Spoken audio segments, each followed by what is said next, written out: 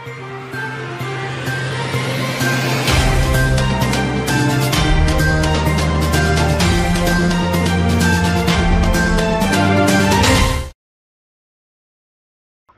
முக்கிய நிகழ்வுகள்.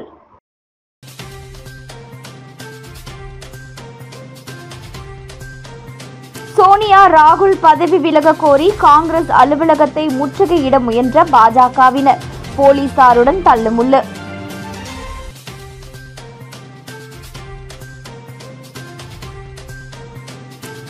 புனித வெள்ளி தேவாலயங்களில் சிறப்பு பிரார்த்தனை, சிலுவை பாதையில் ஏராளமானோர் பங்கேற்பு.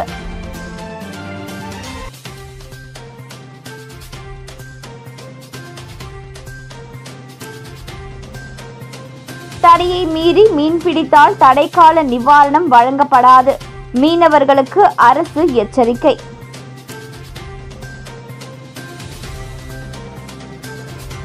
நேஷனல் ஹெரால்டு வழக்கில் முக்கிய குற்றவாளிகளாக சேர்க்கப்பட்டுள்ள சோனியா ராகுல் பதவி விலக கோரி புதுச்சேரியில் பாஜக இளைஞர் அணியினர் போராட்டத்தில் ஈடுபட்டனர்.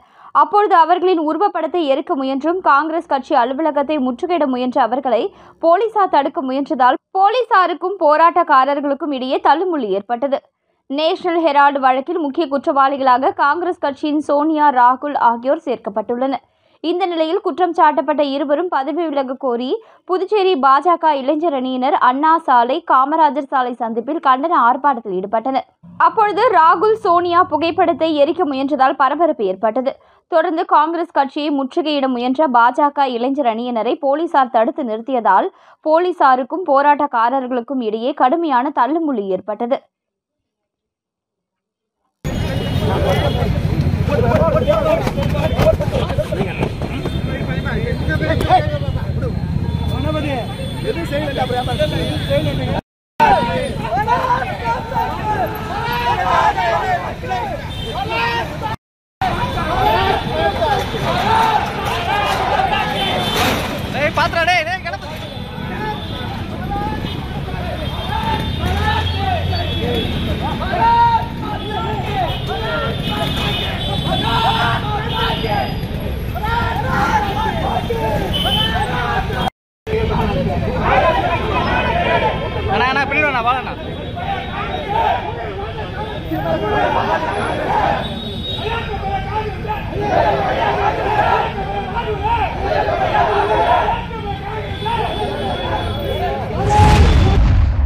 புதுச்சேரியில் மீன்பிடி தடைக்காலம் அமலில் உள்ள நிலையில் தடையை மீறி மீன்பிடிக்கும் மீனவர்களுக்கு அவர்களுக்கு வழங்கப்படும் தடைக்கால நிவாரணம் நிறுத்தப்படும் என மீன்வளம் மற்றும் மீனவர் நலத்துறை எச்சரிக்கை விடுத்துள்ளது. கடலில் மீன் வளங்களை பாதுகாத்திடும் வகையில் ஆண்டுதோறும் 61 நாட்கள் மீன்பிடி தடைக்காலம் விதிக்கப்படுகிறது. இந்த ஆண்டிற்கான மீன்பிடி தடைக்காலம் ஏப்ரல் 15ஆம் தேதி முதல் வரும் ஜூன் 14ஆம் தேதி வரை அமல்படுத்தப்பட்டுள்ளது. அதன்படி புதுச்சேரி கடல் பகுதியான கனகச்செட்டிக்குளம் மீனவ கிராமம் முதல் மூர்த்திக்குப்பம், புதுக்குப்பம் மீனவ கிராமம் வரையில் பாரம்பரிய மீன்பிடி படகுகளான கட்டுமரம், நாட்டு படகுகளை தவிர அனைத்து வகை விசை படகுகளில் மீன்பிடிப்பது தடை விதிக்கப்பட்டுள்ளது.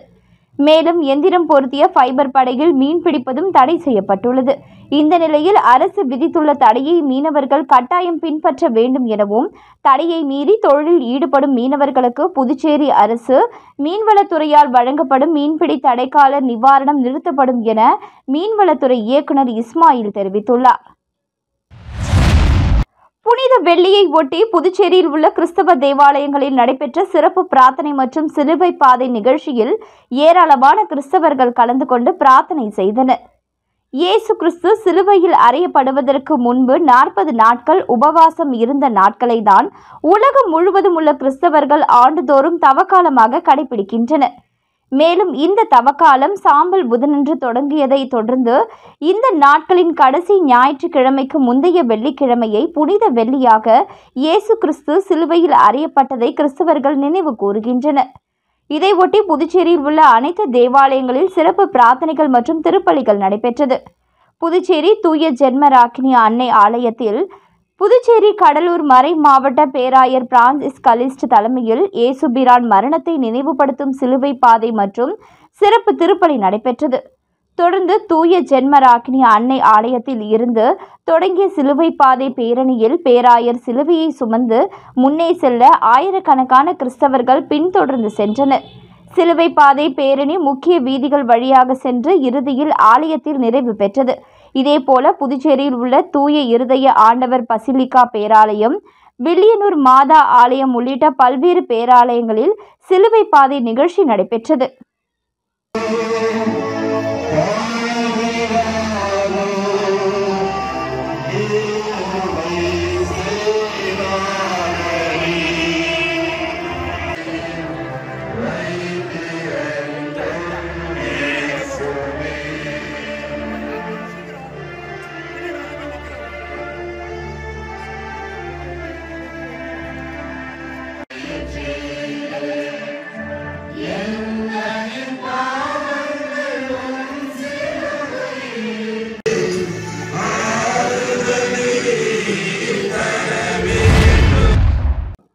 புதுச்சேரியில் வெயிலின் தாக்கத்திலிருந்து பொதுமக்களை பாதுகாக்க பல்வேறு இடங்களில் அரசு சார்பில் பசுமை பந்தல், குடிநீர் அமைத்துள்ளது போல் அரசு அலுவலகங்களிலும் பசுமை பந்தல், குடிநீர் அமைக்க வேண்டும் என அரசுக்கு அதிமுக உரிமை மீட்பு குழு மாநில செயலாளர் ஓம் சக்தி சேகர் கோரிக்கை விடுத்துள்ளார்.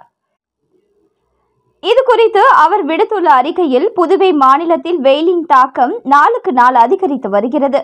வெயிலின் தாக்கம் காரணமாக சில மாநிலங்கள் அரசு பள்ளி மற்றும் அரசு அலுவலகங்களில் வேலை நேரத்தை மாற்றி அமைக்கும் நிலை உள்ளது. நம் மாநிலத்தில் அரசு பொது மருத்துவமனை, அஜந்தா சிக்னல் உள்ளிட்ட பகுதிகளில் தற்பொழுது பசுமை பந்தல் அமைத்து குடிநீர் வழங்கும் பணி நடைபெற்று வருகிறது. இதனை அரசு மேலும் நீட்டித்து அனைத்து ஆரம்ப சுகாதார நிலையங்கள், வட்டாட்சியர் அலுவலகங்கள், பொதுமக்கள் அதிகம் கூடும் அரசு அலுவலகங்கள் ஆகியவற்றிலும் பொதுப்பணித்துறை குடிநீர் பிரிவில் சார்பில் சுத்திகரிக்கப்பட்ட குடிநீர் பொதுமக்களுக்கு வழங்க உடனடியாக நடவடிக்கை எடுக்க வேண்டும் என கேட்டுக்கொள்வதாக தெரிவித்துள்ளார். காரைக்காலில் சரக்கு கப்பலில் இருந்து கடலில் பவளப்பாறை இறக்கப்பட்டது. பவளப்பாறை கடலில் விடுவதை கண்டு மீனவர்கள் மகிழ்ச்சி அடைந்தனர். மத்திய மற்றும் புதுச்சேரி அரசுகள் நிதியில் கடல் பரப்பில் செயற்கை பாறைகளை இறக்கி மீன்கள் இனப்பெருக்கத்தை உருவாக்க திட்டம் உருவாக்கப்பட்டது. அதன்படி இன்று காரைக்கால் மாவட்டத்தில் உள்ள காரைக்கால் மேடு, கிளிஞ்சல் மேடு, கோட்டுச்சேரி, பட்டினச்சேரி உள்ளிட்ட 4 மீனவ கிராமங்களில் தேர்வு செய்யப்பட்டு அந்தந்த மீனவ கிராம கரையில் இருந்து அதனை நோக்கி ஆழ்கடலில் பவளப்பாறைகளை ராட்சத இயந்திரங்கள் மூலமாக கடலில் வீசி போடப்பட்டன. இதனை கடலில் மற்றொரு படகுகள் மூலம் இருந்த மீனவர்கள் கண்டு மகிழ்ச்சி அடைந்தனர். ஆழ்கடல் அடியில் சென்ற செயற்கை பவளப்பாறை கடலில் இருப்பதால் மீனவர்கள் எளிதில் மீன்பிடிக்க வசதி ஏற்பட்டுள்ளது. 3 மாதத்திற்கு பின் கடல் அடியில் இருக்கும் பவளப்பாறையை ஆய்வு செய்ய வேண்டும் என்றும் மீனவர்கள் கோரிக்கை விடுத்துள்ளனர். காரைக்காலில் IPL போட்டிகள் பெரிய திரையில் நேரலை. IPL போட்டிகளை பெரிய திரையில் நேரலையில் ஒளிபரப்புவதற்கு ஃபேன் பார்க்குகள் அமைக்கப்பட்டுள்ளன. 2025ஆம் சீசனுக்கான IPL போட்டிகளை பார்க்க 23 மாநிலங்கள் மற்றும் ஒரு யூனியன் பிரதேசத்தில் உள்ள 50 நகரங்களில் ஃபேன் பார்க்குகள் அமைக்கப்பட்டுள்ளன. இதில் காரைக்கால் மாவட்டத்தில் உள்ள விளையாட்டு மைதானத்தில் IPL ஃபேன் பார்க் அமைக்கப்பட்டுள்ளது. IPL நிர்வாகம் போட்டிகளை பார்க்க ரசிகர்களுக்கு ஒரு பொதுவெளியை தேர்வு செய்து அங்கு பெரிய திரைகள் மற்றும் ஒலிபெருக்கியை வைத்து போட்டியை நேரலையில் ஒளிபரப்புகிறது. அப்படி இந்த பொதுவெளிகளில் ஃபேன் பார்க் அமைக்கப்பட்டுள்ளது. இந்த நிலையில் அடுத்து வரும் 19ஆம் தேதி சனிக்கிழமை நடைபெற உள்ள குஜராத் டைட்டன்ஸ், டெல்லி கேபிட்டல் இடையேயான போட்டியையும், Rajasthan royals, Lucknow super giants இடையே போட்டியையும், வரும் 20ஆம் தேதி ஞாயிற்றுக்கிழமை நடைபெறும் ராஜஸ்தான் ராயல், பஞ்சாப் கிங்ஸ் இடையேயான போட்டியையும், Mumbai Indians, Chennai super kings இடையேயான போட்டிகளை காரைக்காலில் உள்ள விளையாட்டு அரங்கத்தில் திரையில் நேரலையில் ஒளிபரப்புவதற்கான ஏற்பாடுகளை செய்து வருகிறது IPL நிர்வாகம். இதற்கான முன்னேற்பாடுகள் தீவிரமாக மேற்கொண்டு வருகிறது. கிரிக்கெட் ரசிகர்கள் அனைவரும் கலந்து கொண்டு நேரலையில் கிரிக்கெட்டை கண்டு ரசிக்குமாறு IPL நிர்வாகம் கேட்டுக்கொண்டுள்ளது. இது குறித்து புதுச்சேரி கிரிக்கெட் அசோசியேஷன் செயலாளர் ராமதாஸ் செய்தியாளர்களிடம் தெரிவித்தார். விழுப்புரம் மாவட்டம் வானூர் அருகே நெசல் கிராமத்தில் நடைபெற்ற மகா மாரியம்மன் ஆலய கும்பாபிஷேக விழாவில் திரளான பக்தர்கள் பங்கேற்று சுவாமி தரிசனம் செய்தனர். விழுப்புரம் மாவட்டம் வானூர் அருகே நெசல் கிராமத்தில் எழுந்தருளி உள்ள அருள்மிகு ஸ்ரீ மகா மாரியம்மன் ஆலயத்தில் நடைபெற்ற கும்பாபிஷேக விழாவில் திரளான பக்தர்கள் பங்கேற்று சுவாமி தரிசனம் செய்தனர். மேலும் 16ஆம் தேதி காலை விநாயகர் பூஜை, சங்கல்பம், கணபதி யாகம், லக்ஷ்மி யாகம், துர்கா யாகம், நவகிரக யாகம், புண்ணிய வசனம், வாஸ்து சாந்தி, அங்குரார்ப்பணம், கும்ப அலங்காரம், யாகசாலை பிரவேசம் உள்ளிட்ட பூஜைகளுடன் முதற்கால பூஜை தொடங்கியது. தொடர்ந்து 2 நாட்கள் பல்வேறு பூஜைகள் செய்யப்பட்டு வந்த நிலையில் இதன் முக்கிய நாளான இன்று கோபூஜை, 4வது கால யாக வேள்வி, நாடி சந்தனம், தத்துவார்ச்சனையை தொடர்ந்து யாத்ரா தானம், கட புறப்பாட்டு நடைபெற்றது. இதனைத் தொடர்ந்து வேத குருமார்கள் மந்திரங்கள் முழங்க பூஜிக்கப்பட்ட புனித கலச நீர் ஆலய கோபுரத்திற்கு ஊற்றப்பட்டு மகா கும்பாபிஷேகம் நடைபெற்றது. இதனைத் தொடர்ந்து பரிவார மூர்த்திகளான ஸ்ரீ விநாயகர், ஸ்ரீ முருகன், ஸ்ரீ துர்கை, ஸ்ரீ காளியம்மன், ஸ்ரீ நவகிரகங்கள் உள்ளிட்ட பரிவார மூர்த்திகளுக்கும் புனித நீர் ஊற்றப்பட்டது. இதில் வானூர் ஒன்றிய பெருந்தலைவர் உஷா, PKT முரளி, முன்னாள் சேர்மன் VMR சிவா உட்பட சுற்று வட்டார பகுதியைச் சேர்ந்த திரளான பொதுமக்கள் கலந்து கொண்டு சுவாமி தரிசனம் செய்தனர். நிகழ்ச்சிக்கான ஏற்பாட்டினை நெசல் கிராம பொதுமக்கள் வெகு சிறப்பான முறையில் செய்திருந்தனர். ஊசுடு தொகுதி கரசூர்பேட் பகுதியில் 31 லட்சம் ரூபாய் மதிப்பில் அம்பேத்கர் சிலை புனரமைப்பு அமைச்சர் சாய்ஜி சரவணகுமார் பணியை தொடங்கி வைத்தார். புதுவை மாநிலம் ஊசுடு சட்டமன்ற தொகுதிக்கு உட்பட்ட கரசூர்பேட் பகுதியில் உள்ள அம்பேத்கர் சிலை புனரமைப்பதற்கான பூமி பூஜை இன்று நடந்தது. புதுவை ஆதிதிராவிடர் மற்றும் பழங்குடியினர் நலத்துறை மூலம் 31,11,000 ரூபாய் ஒதுக்கீடு செய்யப்பட்டது. இன்று நடந்த பூஜையில் ஆதிதிராவிடர் மற்றும் பழங்குடியினர் நலத்துறை அமைச்சர் சாய்ஜி சரவணகுமார் தலைமை தாங்கி பூமி பூஜை செய்து பணியை தொடங்கி வைத்தார். இதில் ஆதிதிராவிடர் மற்றும் பழங்குடியினர் நலத்துறை இயக்குநர் சாய் இளங்கோவன் மற்றும் பொதுப்பணித்துறை பொறியாளர்கள் கலந்து கொண்டனர். புனரமைக்கப்பட உள்ள அம்பேத்கர் சிலையை சுற்றி தரைப்பகுதியில் கிரானைட் கற்கள் அமைத்தல், உயர்தர ஸ்டெயின்லெஸ் ஸ்டீல் நிழல்குடை அமைத்தல், படிக்கட்டுகளுடன் சிலை சுற்றி மேடை அமைத்தல், கிரில் கேட்டுகள் சுற்றி காம்பவுண்ட் மதில் சுவர் அமைத்தல் போன்ற பணிகள் நடக்க உள்ளது. இந்த பணி 3 மாத கால இடைவெளியில் முடிவடைய உள்ளது. இந்நிகழ்ச்சியில் ஊசுடு தொகுதி பாரதிய ஜனதா ஒருங்கிணைப்பாளர் தியாகராஜன், தொகுதி தலைவர் முத்தாலு முரளி, தொகுதி தலைவி மல்லிகா, இளைஞரணி உலகநாதன், தொகுதி பட்டியலின அணி தலைவர் சிலம்பரசன், கிராம முக்கியஸ்தர்கள் வெங்கட், ஏழைமுத்து, வீரப்பன், செல்வகுமார், தனசிங், அழகப்பன் உட்பட பொதுமக்கள் பாரதிய ஜனதா கட்சியினர் திரளாக கலந்து கொண்டனர்.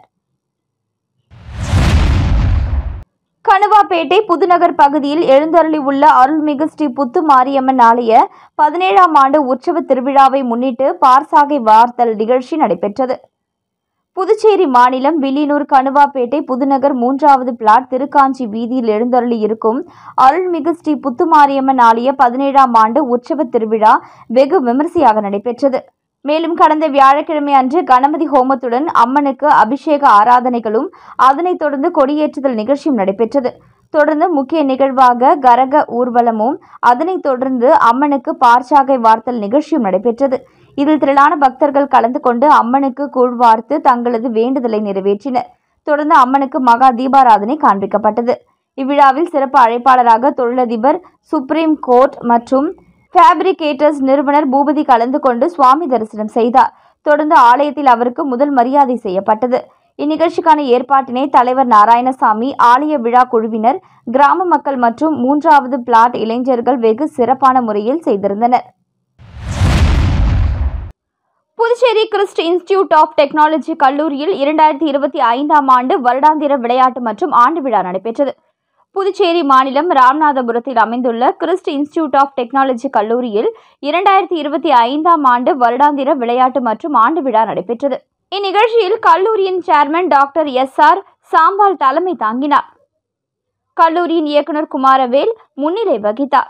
கிறிஸ்ட் பொறியியல் கல்லூரியின் முதல்வர் டாக்டர் சிவகுமார் வாழ்த்துரை வழங்கினார். கல்லூரியின் முதல்வர் டாக்டர் R விஜயகுமார் வரவேற்புரை வழங்கினார். இந்நிகழ்ச்சியில் சிறப்பு விருந்தினராக புதுச்சேரி பல்கலை விளையாட்டுத்துறை கழகத்தின் உடற்கல்வி மற்றும் விளையாட்டுத்துறை இயக்குநர் டாக்டர் இளையராஜா கலந்து கொண்டு பல்வேறு விளையாட்டு போட்டிகளில் வெற்றி பெற்ற மாணவர்களுக்கு பரிசினை வழங்கி பாராட்டினார்.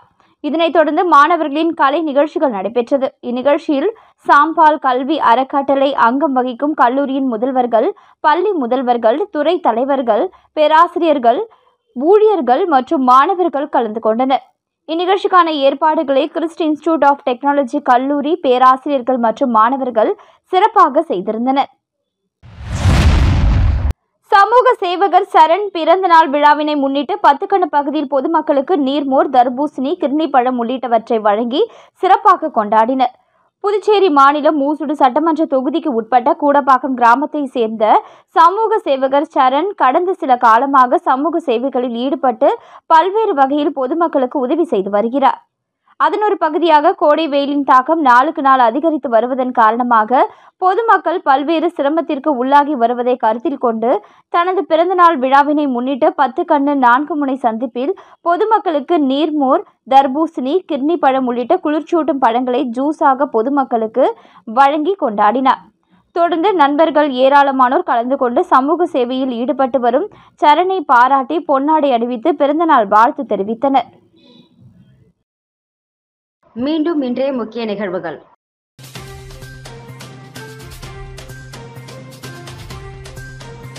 சோனியா, ராகுல் பதவி விலக கோரி காங்கிரஸ் அலுவலகத்தை முற்றுகையிட முயன்ற பாஜகவினர் போலீசாருடன் தள்ளுமுள்ளு.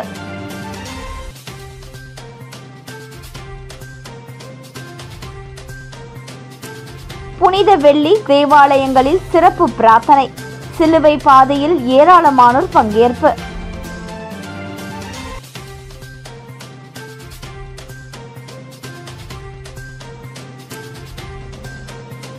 தடையை மீறி மீன்பிடித்தால் தடைக்கால நிவாரணம் வழங்கப்படாது, மீனவர்களுக்கு அரசு எச்சரிக்கை.